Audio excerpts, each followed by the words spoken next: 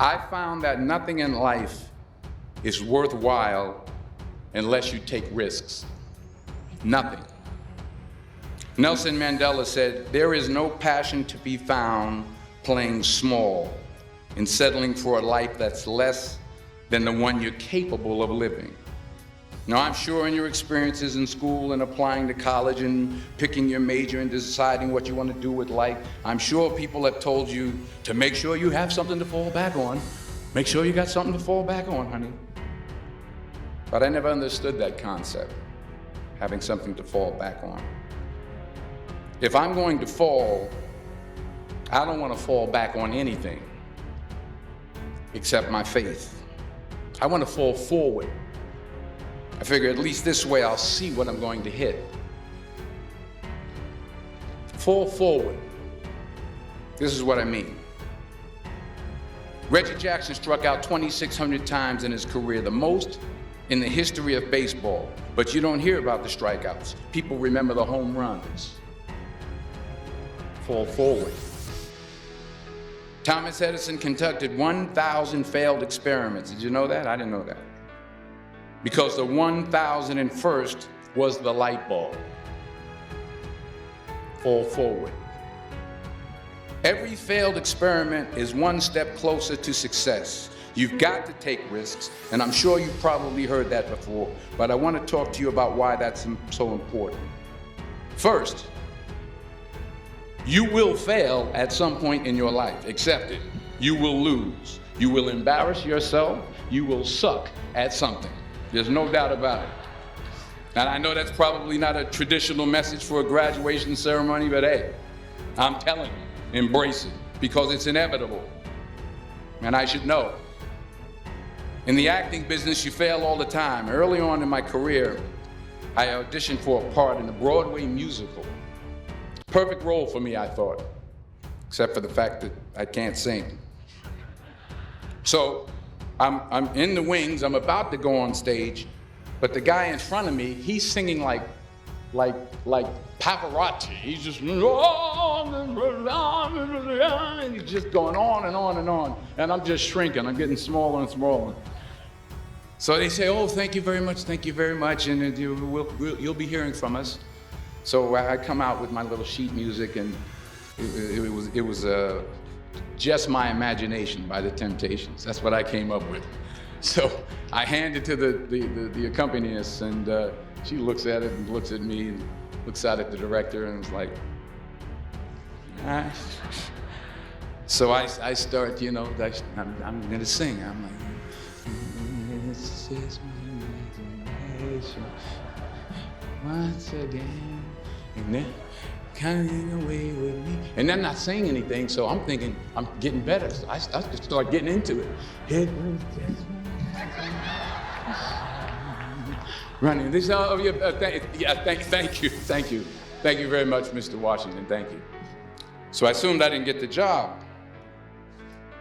But the next part of the audition, he called me back. The next part of the audition is the acting part of the audition. Now I'm like, hey, okay, maybe I can't sing, but I know I can act. So they pair me with this guy, and again, I didn't know about musical theater. And musical theater is big, so they can reach everyone all the way in the back of the stadium. And I'm more from a realistic, naturalistic kind of acting where you actually talk to the person next to you. So I don't know what my line was. My line was, "Well, hand me the cup." And his line was, "Well, I will hand you the cup, my dear. The cup will be there to be handed to you." I said, "Oh, okay." "Well, should I give you the cup back?" "Oh, yes, you should give it back to me, because you know that is my cup and it should be given back to me." I didn't get the job. But here's the thing. I didn't quit. I didn't fall back. I walked out of there to prepare for the next audition, and the next audition, and the next audition. I prayed. I prayed, and I prayed. But I continued to fail, and fail, and fail. But it didn't matter, because you know what? There's an old saying, you hang around the barbershop long enough, sooner or later you're going to get a haircut. So you will catch a break, and I did catch a break. Last year, I did a play called Fences on Broadway. Someone talked about it. Won the Tony Award. And I didn't have to sing, by the way. But here's the kicker. It was at the Court Theater. It was at the same theater that I failed that first audition 30 years prior. The point is, every graduate here today has the training and the talent to succeed. But do you have the guts to fail? Here's my second point about failure. If you don't fail, you're not even trying. I'll say it again. If you don't fail, you're not even trying. My wife told me this great expression. To get something you never had, you have to do something you never did. Les Brown's a motivational speaker. He made an analogy about this. He says, imagine you're on your deathbed, and standing around your deathbed are the ghosts representing your unfulfilled potential. The ghost of the ideas you never acted on. The ghost of the talents you didn't use. And they're standing around your bed, angry, disappointed, and upset. They say, we came to you because you could have brought us to life, they say. And now we have to go to the grave together. So I ask you today, how many ghosts are going to be around your bed when your time comes? You've invested a lot in your education, and people have invested in you. And let me tell you, the world needs your talents, man, does it ever. I just got back from Africa like 2 days ago, so if I'm rambling on, it's because I'm jet lagged. I just got back from South Africa. It's a beautiful country, but there are places there with terrible poverty that need help. And Africa is just the tip of the iceberg. The Middle East needs your help. Japan needs your help. Alabama needs your help. Tennessee needs your help. Louisiana needs your help. Philadelphia needs your help. The world needs a lot, and we need it from you. We really do. We need it from you young people. I mean, I'm not speaking for the rest of us up here, but I know I'm getting a little grayer. We need it from you, the young people, because remember this. So you got to get out there. You got to give it everything you got, whether it's your time, your talent, your prayers, or your treasures. Because remember this, you will never see a U-Haul behind a hearse. You can't take it with you.